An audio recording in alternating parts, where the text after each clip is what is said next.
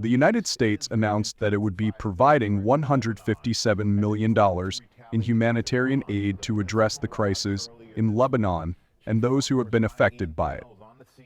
In a press release on Friday, U.S. Secretary of State Antony Blinken revealed that the nearly $157 million in humanitarian assistance would go towards addressing new and existing needs to internally displaced persons and refugee populations for communities in Lebanon.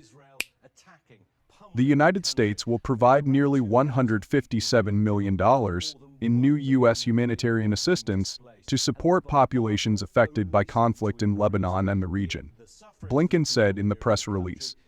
This funding will address new and existing needs of internally displaced persons and refugee populations inside Lebanon and the communities that host them. The assistance will also support those fleeing to neighboring Syria.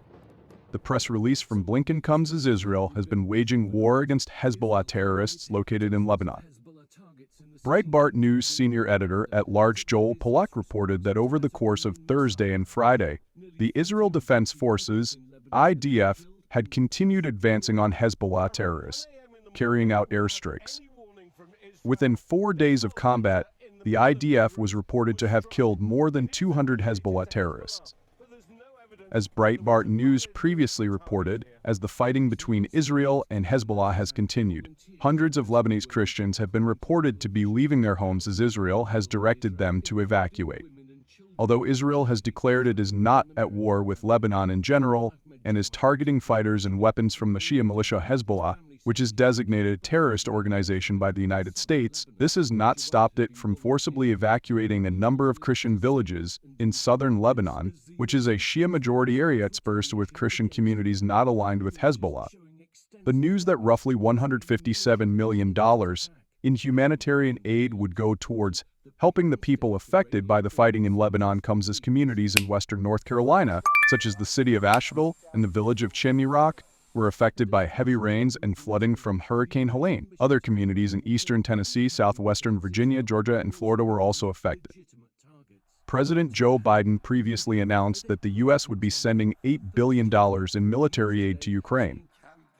Days after this announcement, Vice President Kamala Harris announced $750 in assistance for the victims of Hurricane Helena. The federal relief and assistance that we have been providing has included FEMA providing $750 for folks who need immediate needs being met, such as food, baby formula, and the like. And you can apply now.